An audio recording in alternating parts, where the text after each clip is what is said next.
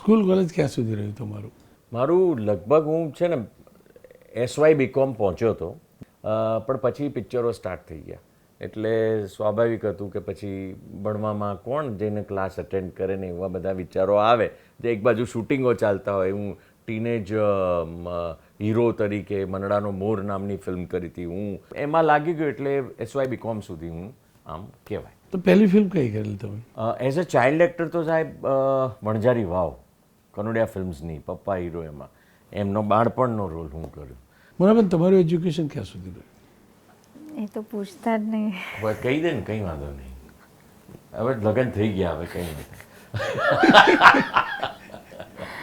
મેં 12th exam આપી and એ પણ એની પહેલાં તો મેં ફિલ્મો ઓલરેડી કરી લીધી હતી, પણ એ જ મારો ને મારા પપ્પાની થોડીક ટશન હતી.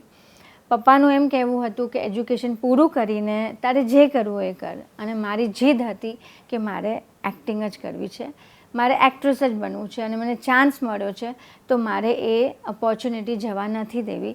એમાં મારું એજ્યુકેશન અધૂરું રહી ગયું, જે મારી સૌથી મોટામાં મોટી ભૂલ છે એ હું હવે માનું છું, સ્વીકારું છું. એ સમયે મને ફીલ એવું નહોતું થયું, પણ જો તમે એજ્યુકેટેડ હશો તો બધી વસ્તુ તમે વધારે બેટર રીતે કરી શકશો. એ ટાઈમે મને નહીં સમજાય, જે મારી ભૂલ હતી અને જેનો મને પછતાવો છે.